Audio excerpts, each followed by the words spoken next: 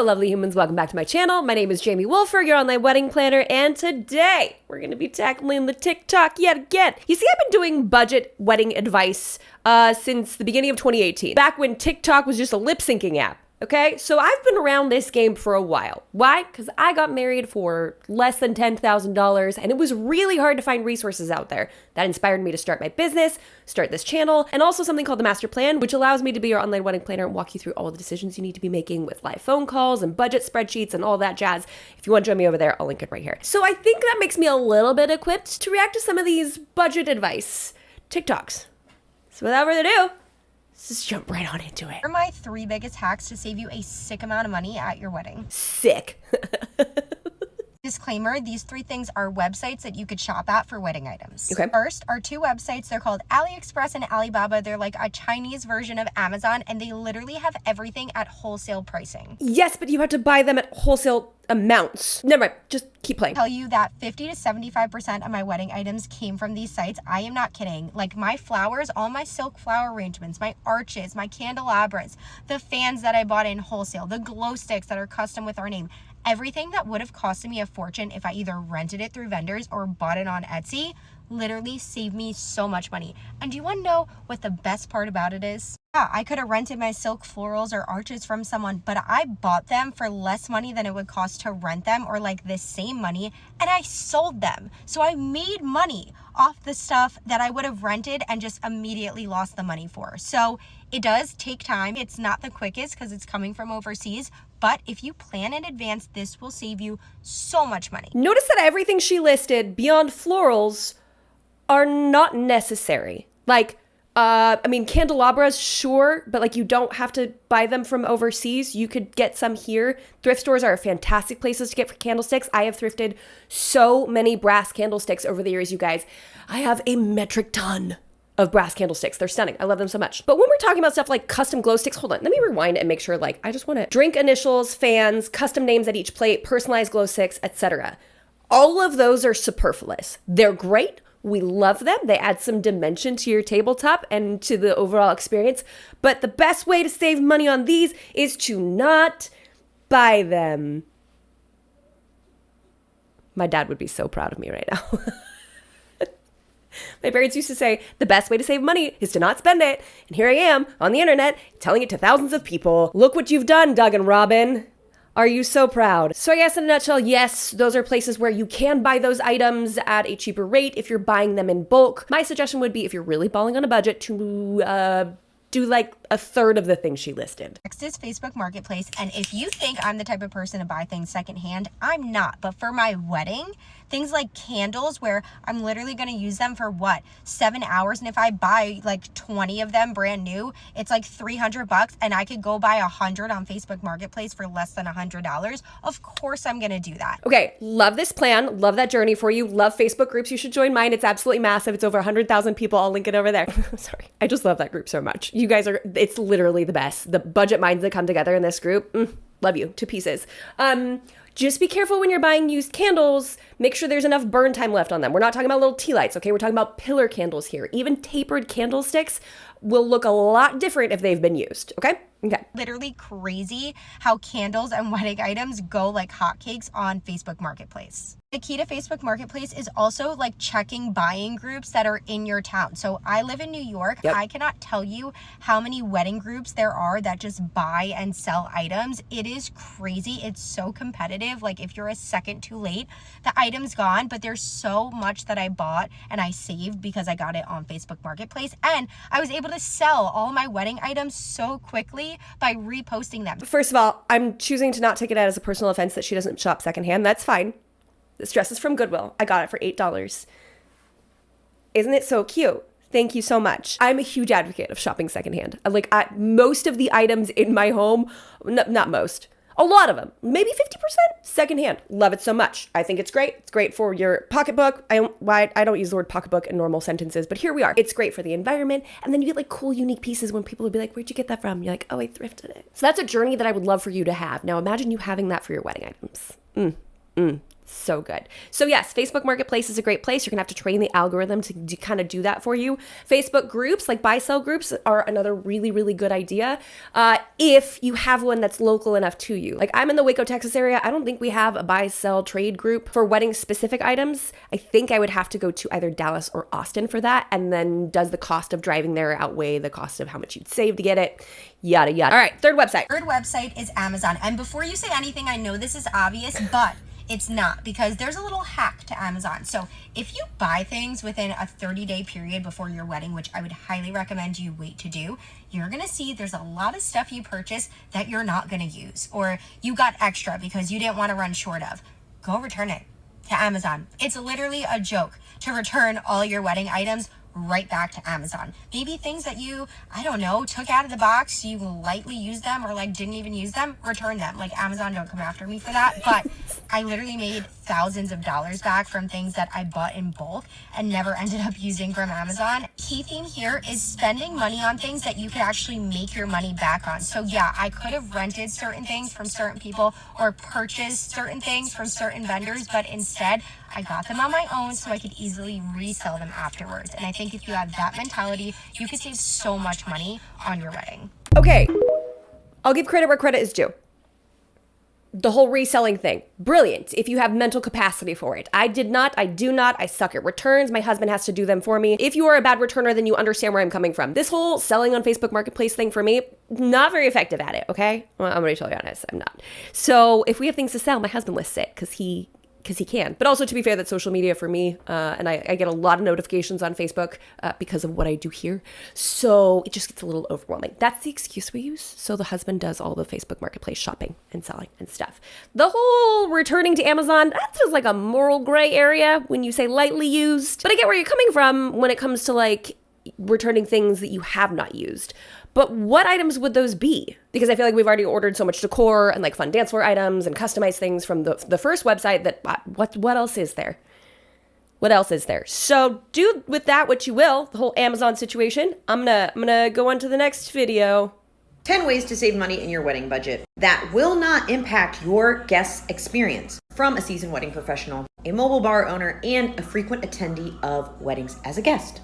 Everything I'm going to share with you are my opinions, so you totally don't have to agree. But from my experience, these are things that your guests really won't notice if you don't have. There's some alternatives to the standard or traditional, and then just some overall guidance to save you a couple bucks. Planning a wedding is not cheap at all, so anywhere you can save is great. Let's get to it. Don't get cake for everyone. Easy enough. I'm talking about that big tiered wedding cake. Unless you are doing a plated cake service and dropping cake at each seat, not all of your guests are going to eat wedding cake. I typically recommend a smaller tiered cake for cutting and pictures, and then having a sheet cake in the back that the kitchen can cut, serving it on a dessert table, or scrapping wedding cake for everybody and doing an alternative dessert. Cookie table, mini desserts, you name it. People just want something sweet. I'm sorry. Did I just get vindicated on the internet? I did. I think I did. I get so much hate every time I tell people, yo, chill on the cake. Okay, because not as many people are going to eat it as you think. Let's walk through the dynamics of a cake, okay? A tiered cake. A tiered, gorgeous 5-7 layer monstrosity that is literally out of a magazine. We love to see it, okay? But that's really expensive. And if we're talking about budgets, then that's not in it, okay? Or you make room for it. But in my opinion, it shouldn't be. Here's why. Your Honor, allow me to present my case. Number one, not everybody likes cake. So if you get enough cake for all your guests, there will be some left over that is not consumed. I've seen on multiple occasions, an entire layer of cake tossed into the trash because there is no box to take it home in. There's no saran wrap. The kitchen staff is not equipped to package it. We have no way of sending it home unless someone just wants to sit with it on their lap. We got nothing. Number two, what else is there? Oh, not everyone likes cake. Part two, dessert tables. As y'all know, I've worked with Amy a ton of times in the past. She's at Twin Treats on Instagram, recently moved to the Nashville area within the last year or so, or she technically in Franklin. I don't know. I feel like a bunch of people from California moved out there and those all kind of blend together. But if you're on the hunt for someone to do dessert tables in that area, call her. Here's the deal. Something that she says is you want to get food to please a myriad of palates. You want something with berry, you want something with chocolate, you want to kind of vary things up a little bit because that way you'll please a myriad of tastes. If you are just offering one thing, one item, even if it's one cake that has different flavors.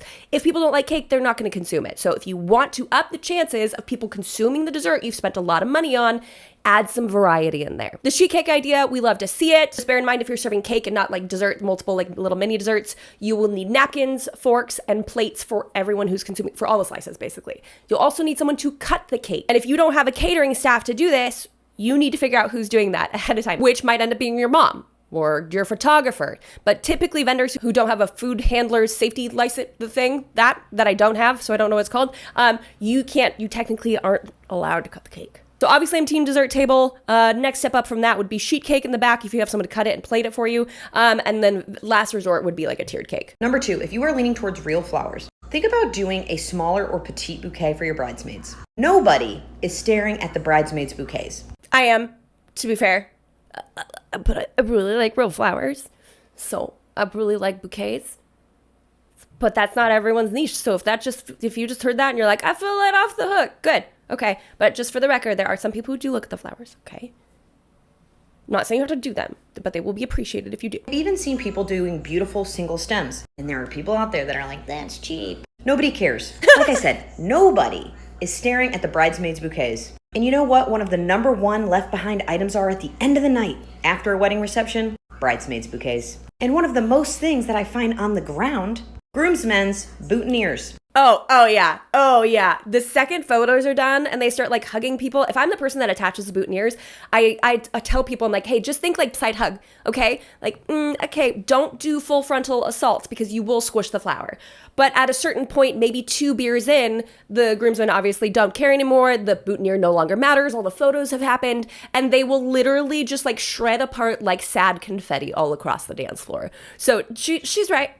And the bridesmaid bouquet is being left. Top tier.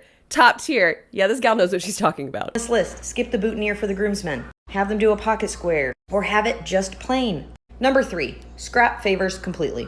I've said it before, but favors at a wedding are not mandatory. If you have them, fantastic. They can be a larger, unnecessary spend in the budget. If you are going to do favors, I highly recommend doing something edible. Those are the favors that are never left behind. And they also can double as a dessert for your guests.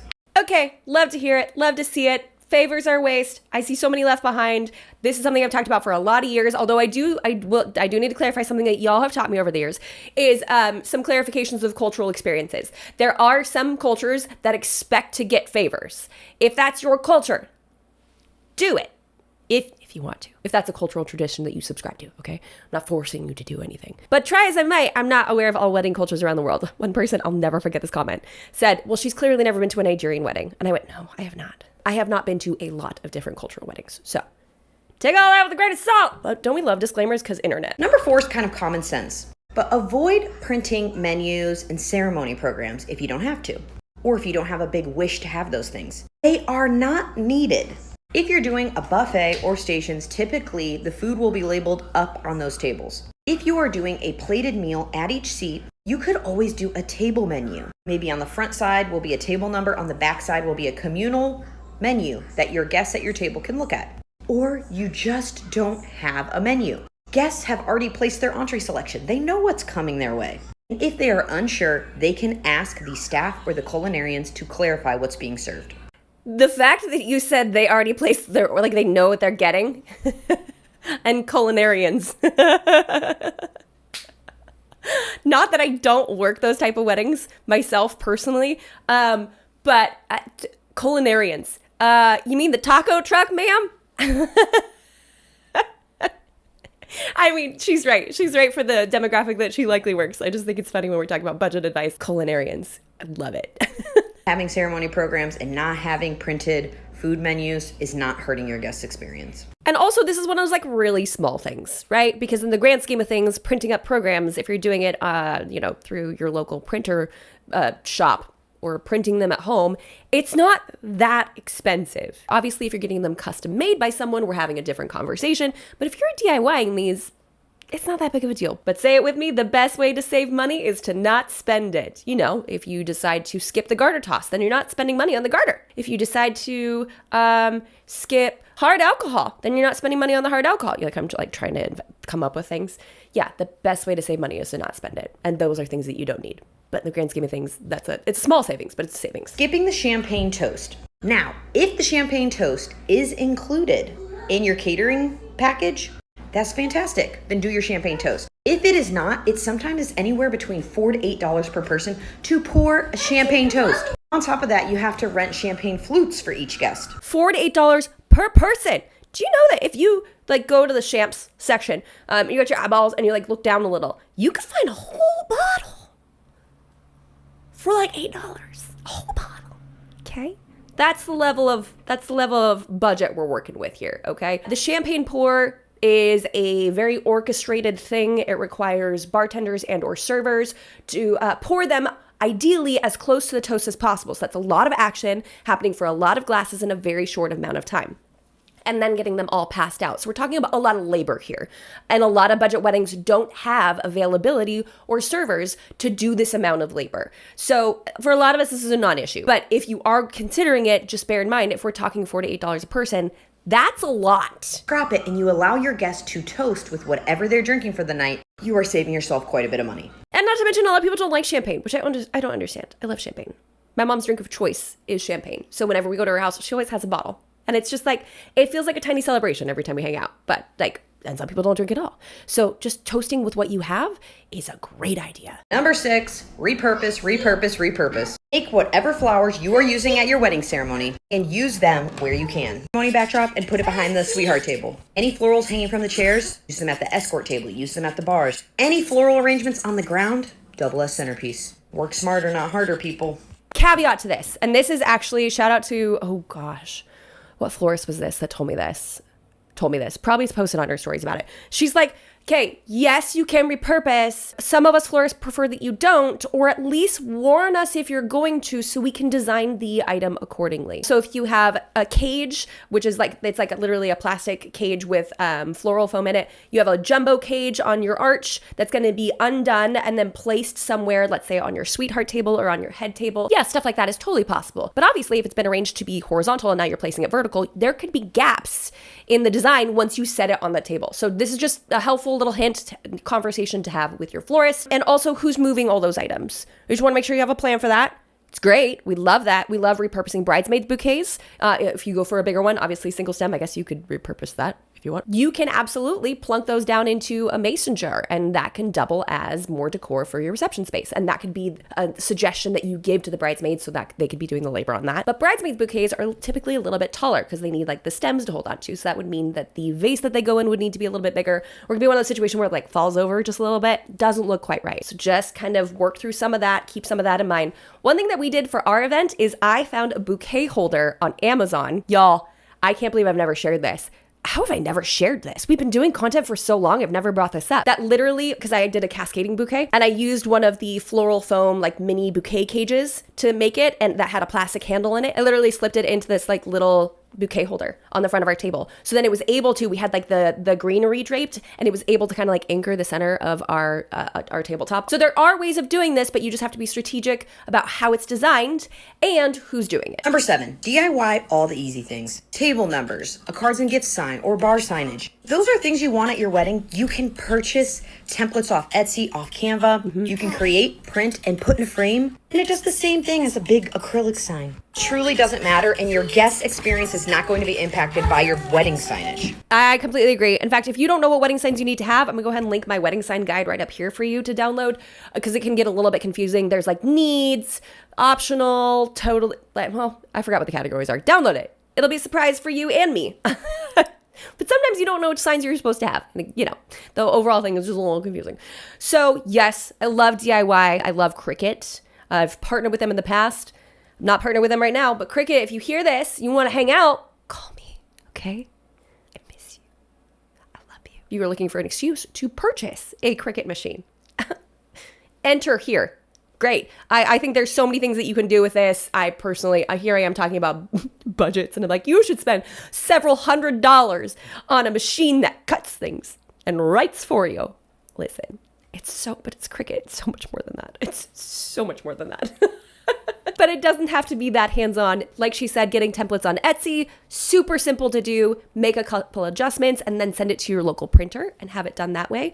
Or if you have a talented friend who can kind of put stuff together for you, maybe you can say, hey, in lieu of a wedding gift, can you do this for me? Which, by the way, bartering, we love to see it. We love to see it. Number 8, opting for a seating chart over individual escort cards. Printing individual escort cards, making sure the right entree selection's on there, getting them in alphabetical order, folding them. Not only does it add up quickly, it also is more stress. If you create one singular sign on like a foam core board and put it on an easel, it's more cost effective and less stress. Yes, but again, kind of back to the whole like menu program thing. Yeah, obviously if we do a bunch of that really does add up. Escort cards in the grand scheme of things, if they're pretty simple, they're tinted like that, they're not a lot cost wise.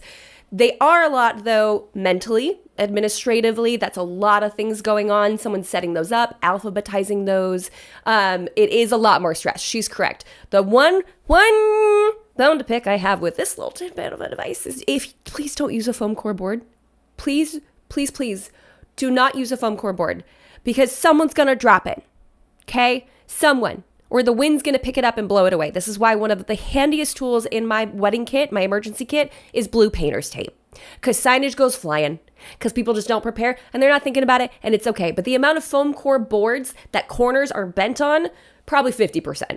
Maybe even higher. But also buying acrylic sheets is not that expensive these days. So if that's the vibe that you're looking for, like totally do it. Like it's become so popular that they're a lot more accessible than they used to be. Just don't do foam core. Okay. 9, and I will preach this because I work at a venue. Ask your venue what is available to you or what is included in your rental and use that to your advantage. If your venue is offering tables, chairs, dance floor, staging, you are saving easily $3,000 to $5,000 in rentals. You don't have delivery fees. You don't have setup fees. Do not sleep on your venue. Maximize your space to the best of your ability. Yes, but your venue should be telling you. So if you book it and you're like, oh, wait, you have chairs? They didn't do the tour right.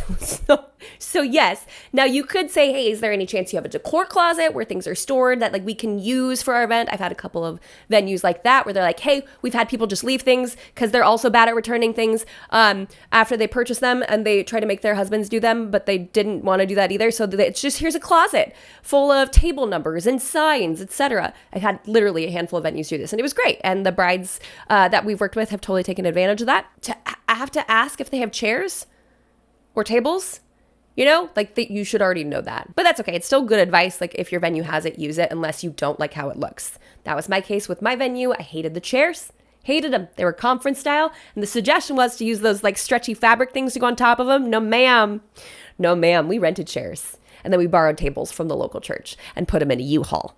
Because your girl needed a U-Haul for all of her DIYs. So take advantage of what the venue has to offer. But ideally, you shouldn't have to ask. And the last one, number 10. Be very thoughtful in your guest list. When you are thoughtful and really thinking of who's going to be there to celebrate you, your guest list will shrink. We all know weddings get very expensive because of the price per person. Less people, less money. Not only is it going to save you money, it is going to enhance every single person's experience at your wedding because everybody there is going to be your number one fan. It's easier to make connections because their connection is you. Here it is, people. I've shrunk myself so you can save your screenshot. These 10 things are my recommendations. Happy wedding planning. Number one budget killer. Number one way to just blow through your budget, have a giant guest list. Because obviously, if you think about it, they're sitting in a chair at a table with a tablecloth and a centerpiece, eating dinner, drinking the drinks, having dessert. And so the more people you have, the higher those costs are going to be. A lot of your budget is contingent on your overall guest count, the amount of people that are attending. I do think that even if you have 150 people, the common denominator is still going to be you guys. Right? Like you as a couple. So just because it's smaller, that doesn't necessarily mean the case. But that's me nitpicking. This is my favorite bit of advice from the entire thing. And if you're listening to that going like, I don't know how to be thoughtful about my guest list, you should probably go watch the video I made about guest list rules. That will kind of help you decide. Okay. But I'll leave you with this. You can either let your guest list dictate your budget or your budget dictate your guest list. I've seen a gorgeous wedding done for 320 guests at no more than $20,000. It sounds like a lot, but that's 320 guests. I've also seen an $80,000 wedding with like 20 people. So obviously we've got some pretty giant variations here. I have so many more of these things. I was hoping I could fit more than 2 of these into this video, but here we are. I think it's time to call it on this one. I have tons of budget saving hacks on my channel. I highly suggest you jump on down there, hit subscribe. I'm here to help you out, help you plan easy and stress less, because you deserve to have a stress-free wedding day. Now, I have compiled those budget saving tip videos into a little playlist for you. I'm gonna go ahead and link it right here if you are interested, so you can check it out after this is done and then figure out what you wanna do from there. How about you? What is one of your favorite budget hacks that you are implementing for your wedding? Let us know down in the comments down below. Help each other out, because who knows, you might inspire someone to make the same choice that you are making and save a little bit of dough on their event as well. So that's all we have for today's video, guys. Thank you so much for watching. If you haven't done so already, jump on down there, like this video if you like the video, and subscribe to this channel for more tips and tricks for the modern day bride. And until next week, bye guys.